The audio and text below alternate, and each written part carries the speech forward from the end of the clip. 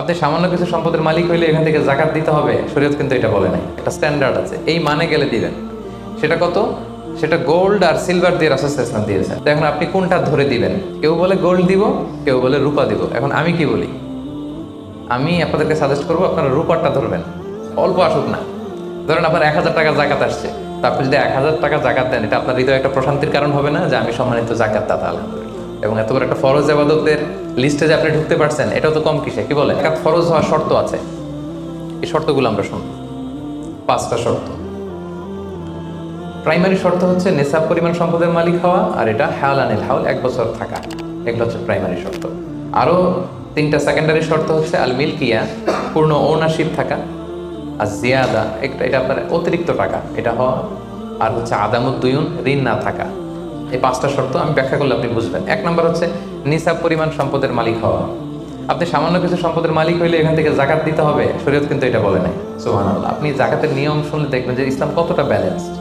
একটা থ্রেশহোল্ড আছে, একটা স্ট্যান্ডার্ড আছে, এই মানে গেলে দিবেন। সেটা কত? সেটা গোল্ড আর সিলভার দিয়ে রাসূল সাল্লাল্লাহু আলাইহি ওয়াসাল্লাম দিয়েছেন। কারণ তখন গোল্ড আর সিলভারের কয়েন ছিল, মুদ্রা ছিল। আগে কিন্তু সোনা আর রূপা দিয়েই মুদ্রা বানানো হতো, পরে এটা পেপার মানি শুরু হয়েছে, কাগজের টাকা। তো একটা হচ্ছে দিনার আর একটা দিরহাম। রাসূল সাল্লাল্লাহু আলাইহি ওয়াসাল্লাম যে থ্রেশহোল্ড বেঁধে দিয়েছেন সেটা হচ্ছে 7.5 তোলা স্বর্ণ বা 52.5 তোলা রূপা। আই রিপিট, এটা সবাই জানেন আশা করি, যে 7.5 তোলা স্বর্ণ আর 52.5 তোলা রূপা। আধুনিক সময়ে গ্রাম দিয়ে দোকানদাররা হিসাব করে, তো গ্রাম দিয়ে যদি আপনি বুঝেন তাহলে 85 গ্রাম স্বর্ণ অথবা 595 গ্রাম রূপা, এটা হচ্ছে থ্রেশহোল্ড নিসাব, অথবা এর সমপরিমাণ অর্থ, ক্যাশ টাকা যদি আপনার কাছে থাকে, তাহলে আপনি নিসাবের মালিক হয়েছেন। যেদিন আপনি এই নিসাবের মালিক হবেন, ওই দিনটা আপনি ডায়েরিতে টুকে রাখবেন। কারণ এটা যদি 1 বছর আপনার কাছে এরকম থাকে, 1 বছর পরে যে আপনি জাকাত দিবেন, কিভাবে দিবেন আমি সামনে বলবো। তো এই নিসাব নিয়ে একটা প্রবলেম আছে। প্রবলেমটা হচ্ছে 7.5 তোলা স্বর্ণ আর 52.5 তোলা রূপার দাম কিন্তু এক না। 52.5 তোলা রূপার দাম খুব কম, আর 7.5 তোলা স্বর্ণের দাম অনেক বেশি। এটা হইল একটাই কম আর একটা বেশি। ঘটনা হচ্ছে রাসূল সাল্লাল্লাহু আলাইহি ওয়াসাল্লাম যখন এই থ্রেশহোল্ডটা বেঁধে দিয়েছিলেন নিসাবটা, তখন দুইটার মান সমান ছিল। তখন 7.5 তোলা স্বর্ণ দিয়ে 52.5 তোলার মতো রূপা পাওয়া যেত, অথবা কেউ 52.5 তোলা রূপা বিক্রি করলে 7.5 তোলা স্বর্ণ পেত। কিন্তু পরে সিলভার ফল করতে শুরু করলো, ফল করতে করতে আজকে এই অবস্থা। গোল্ড আবার খুব একটা ফল করে নাই, ফলে গোল্ডের স্টেবিলিটিটা এখনো রয়ে গিয়েছে। তো এখন আপনি কোনটা ধরে দিবেন জাকাতটা? যদি আপনি রূপা ধরেন, কথার কথা, রূপা যদি এই 1 ভরির দাম 1000 টাকা হয়, তাহলে 52.5 ভরির দাম কত? 52,500 টাকা। কিন্তু স্বর্ণ যদি আপনি হিসাব করেন, 1 ভরি যদি 50,000 হয়, 7.5 ভরি কত? 3.5 লাখ প্লাস, তাহলে প্রায় 7 গুণ কম বেশি, তাই না? এটা নিয়েই হয়ে গেছে জটিলতা। তো এখন আপনি কোনটা ধরে দিবেন? অনেকে বলে না গোল্ড দিব, কারণ গোল্ড ফল করে নাই, এটার যে স্ট্যান্ডার্ড এটা এখনো বজায় আছে। এটা নিয়ে অনেক আলোচনা, আমি খুব সংক্ষেপে বলি। কেউ বলে গোল্ড দিব, কেউ বলে রূপা দিব। এখন আমি কি বলি? আমি আপনাদেরকে সাজেস্ট করবো আপনারা রূপারটা ধরবেন। রূপারটা ধরলে কি লাভ হবে জানেন?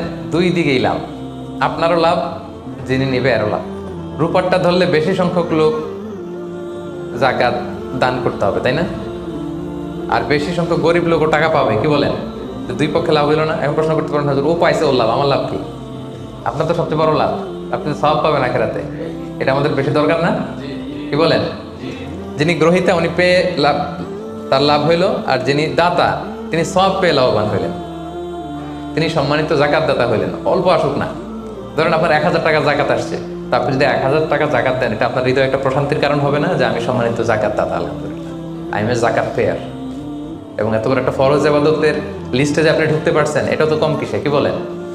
এজন্য স্বর্ণেরটা না ধরে রূপারটা ধরবেন। আপনাদের যে টাকা পয়সা, আপনাদের তো হীরা দিয়ে করা দরকার আপনাদের নেশা। এনিওয়ে, তো এজন্য আপনারা রূপারটা ধরবেন, তাহলে লোকজন উপকৃত হবে বেশি, সম্মানিত ভাই বোন বোনেরা। তাহলে 5টা শর্তের প্রথমটা তো বুঝে গেছেন, নিসাব। কি বলেন? নিসাব বুঝে গেছেন না? 2 নম্বর শর্ত হচ্ছে শুধু এই নেশাব পরিমাণ সম্পদের মালিক হইলেই হবে না ভাইরা, এটাকে হাওলানিল হাউল বলে, মানে 1 বছর আপনার কাছে থাকতে হবে। দেখেন ইসলাম কতটা ভারসাম্যপূর্ণ। কিছু টাকা আপনার কাছে থাকলে এই জাকাত দাও না, এটা 1 বছর থাকতে হবে। যদি দেখা যায় যে আপনার সব খরচ শেষে 1 বছর এই টাকাটা আপনার কাছে অলস পড়ে আছে, তাহলে বোঝা গেল যে আপনি সম্পদশালী এবং আপনার অর্থের একটা স্টেবিলিটি আছে। কি বলেন? তাহলে আপনি নেশাব পরিমাণ সম্পদের মালিক হলেন এবং 1 বছর যদি থাকে 1 বছর শেষে আপনি জাকাত দিবেন।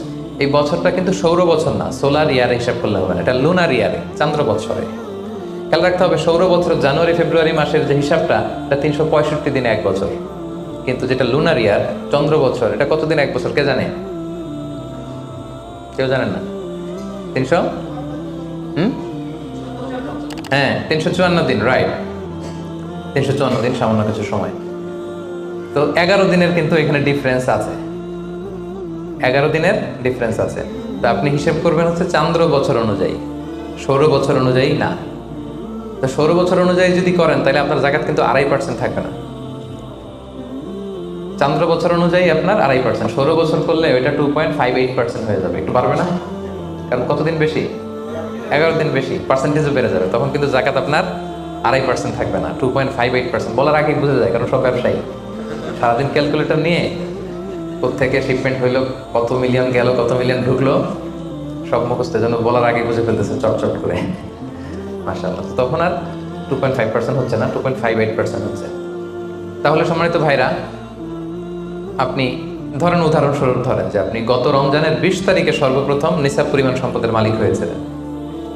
তো তারপরে আপনি খেয়াল করবেন যে দেখি সারা বছর এই পরিমাণ অতিরিক্ত অলস টাকা আমার কাছে পড়ে থাকে কিনা। থাকতে থাকতে থাকতে থাকতে এই রমজানের 20 পর্যন্ত দেখেন যায় টাকা ওইটা তো আছে, আরো হয়েছে টাকা। তো তার মানে আপনি এখন জাকাত দিবেন, যেহেতু নিসাবের মালিকও হয়েছেন, আবার পূর্ণ একটা চন্দ্র বছরও আপনার অতিক্রম করেছে, স্থায়ী হয়েছে, তখন আপনি জাকাত হিসাব করবেন। তাহলে দুইটা শর্ত বুঝলেন না? 3 নাম্বার হচ্ছে ওনারশিপ। আপনার মালিকানা থাকতে হবে, যে সম্পদটা আছে খালি আপনার কাছে টাকা থাকলেই হবে না, এটা কমপ্লিট, আরবিতে তাসাররুফ বলে, কমপ্লিট ওনারশিপ আপনার থাকতে হবে। এখন একজনের আমানতের টাকা আপনার আছে, ওটা আপনি জাকাত দিতে পারবেন? একজন 5 লাখ টাকা আমানত রাখছে, আপনি এটা জাকাত দেওয়া শুরু করছেন, হবে? সেটা তো উনি জাকাত দেবে, তো আপনার আমানতের টাকা, এই টাকা তো আপনার বুঝাই দিতে হবে। তো আমানতের টাকা কিন্তু কমপ্লিট ওনারশিপ আমার থাকে না, এটার হিসাব আমি করবো না, তো এটা বুঝে গেলেন। 4 নাম্বার হচ্ছে এই টাকা আপনার অতিরিক্ত হইতে হবে, আরবিতে বলে জিয়াদা। দেখেন ইসলাম কত সুন্দর। ইসলাম বলে আপনার নিজের পার্সোনাল এক্সপেন্সিস, আপনার লিভিং কস্ট, আপনার সব ধরনের অ্যাকোমোডেশন, আপনার ট্রান্সপোর্টেশন এক্সপেন্সিস, আপনার মেডিকেল এক্সপেন্সিস, আপনার বাচ্চার স্কুলিং, আপনার ইয়ারলি ট্রিপ যদি থাকে, এন্টারটেনমেন্ট, ধরেন বছরে আপনি একবার ফ্যামিলি আউটিং করেন, এই খরচটা যত খরচ আপনার হতে পারে, এই সব খরচ শেষেও কিছু টাকা আপনার থেকে যায়, ইসলাম বলে ওইটার উপরে জাকাত দিবেন। সুবহানাল্লাহ। জিয়াদা, অতিরিক্ত হওয়া শর্ত। আপনার লাগে, যদি আপনার এই টাকা লাগে, ওটা তো আপনি ইউজ করবেন। আপনার টাকার ব্যবহারের জন্য সবচেয়ে বেশি হকদার কে? আপনি নিজে। আপনার সব খরচ আলহামদুলিল্লাহ সুন্দরভাবে চলে, এরপরেও কি নিসাব পরিমাণ টাকা বছরব্যাপী যখন আপনার রয়ে গেল, ইসলাম বলে জাস্ট 2.5%। সুবহানাল্লাহ। তাহলে অতিরিক্ত হইতে হবে। সর্বশেষ শর্ত, 5টা শর্তের সর্বশেষ শর্ত হচ্ছে ঋণ থাকতে পারবে না। ঋণ থাকলে ওইটা জাকাত থেকে বাদ যাবে। ধরেন আপনার আছে 5 লক্ষ, কিন্তু আবার ঋণও আছে 5 লক্ষ, কথার কথা, তো এটা তো আপনি আগে ঋণ দিবেন, আপনি তার জাকাত দিতে পারবেন না। এই কথাটা কি বুঝতে পারছেন? আচ্ছা, ঋণ ভাই 3 ধরনের। কয় ধরনের? 3 ধরনের। একটা হচ্ছে আপনার একবারে পরিশোধ করতে হবে, এরকম ঋণ থাকে না, যে আমি মুরাদ ভাইয়ের কাছ থেকে 1 লক্ষ টাকা নিলাম, আজকে আমার জাকাতের হিসাব করার ডেট, তো 1-2 মাসের মধ্যে টাকাটা দিতে হবে। তো তখন এই যে 1 লক্ষ টাকা উনি পাবে, এই টাকাটা আমি বাদ দিব আমার অন্যান্য অ্যাসেট থেকে। বাদ দিয়ে যদি দেখি যে না, তারপরে জাকাত হয় দিব, আর না হলে দিব না, কারণ এটা একবারে দিতে হবে। ওনার বলছে যে 1 লক্ষ আমি একবারে দিয়ে দিব আপনাকে 1 মাস পরে, এইভাবে ঋণটা নিয়েছিলাম। তাহলে কিছু কিছু ঋণ আছে একবারে পরিশোধযোগ্য, ওকে, এটা জাকাতের ক্যালকুলেশন থেকে বাদ যাবে। কিভাবে বাদ যাবে আমি ক্যালকুলেশন করে দেখাবো। ঋণের দ্বিতীয় প্রকার হচ্ছে ইনস্টলমেন্টের কিছু ঋণ আছে, কিস্তিতে দেওয়া লাগে। লেটস সে আমি 1 কোটি টাকা দিয়ে একটা গাড়ি কিনেছি, BMW গাড়ি, বা 50 লক্ষ টাকা দিয়ে আমি একটা হুন্ডা গাড়ি কিনেছি, 50 লক্ষ টাকা। তো এটা আমি কিস্তিতে কিনেছি। কিস্তির ঋণ যদি হয় তাহলে আপনি কিন্তু পুরোটা বাদ দিতে পারবেন না, তখন সর্বোচ্চ 12 মাসের কিস্তি বাদ দিতে পারবেন, 12 মান্থসের, তাও এই চন্দ্র মাসের হিসাবে। কারণ জাকাতের হিসাবটা কি 12 মাসের হিসাব, তাই না? এটা একটা ইয়ারলি ক্যালকুলেশন।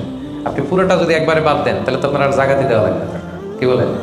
বাংলাদেশে অনেক বড় বড় সিআইপি ব্যবসায়ী আছে, ওনারা হাজার হাজার কোটি টাকা ব্যাংক থেকে ব্যবসায়ের কারণে ঋণ নেন এবং ওনাদের ঋণ খেলাপি হয়। তো ওনারা যদি বলে হুজুর আমার তো ঋণ আছে, তো উনি আর জাকাত দিবে কি? ওনারই তো আমার জাকাত দেওয়া লাগবে এখন। কি বলেন?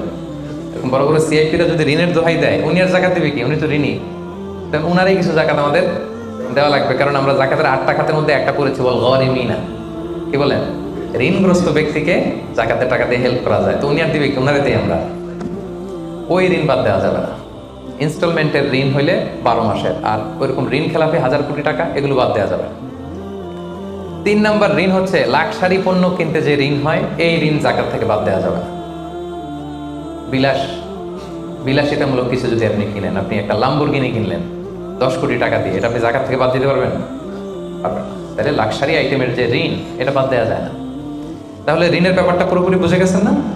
এই 5টা শর্ত যদি থাকে আপনার মধ্যে পাওয়া যায়, অর্থাৎ আল্লাহ তালা আপনাকে একটা নিসাব পরিমাণ সম্পদের মালিক বানিয়েছেন, এটা আল্লাহ তালা পুরো 1 বছর আপনার এই পরিমাণ টাকা আপনার মধ্যে স্টেবল ছিল, এবং এটার পূর্ণ ওনারশিপ আপনার আছে, এবং এটা আপনার সব খরচের অতিরিক্ত, এবং সবশেষে এটা আপনার ঋণের বাইরে, ওই সম্পদ থেকে আল্লাহ তালা আপনাকে জাকাত দিতে বলেছেন। তাহলে জাকাতের শর্ত সবার ক্লিয়ার?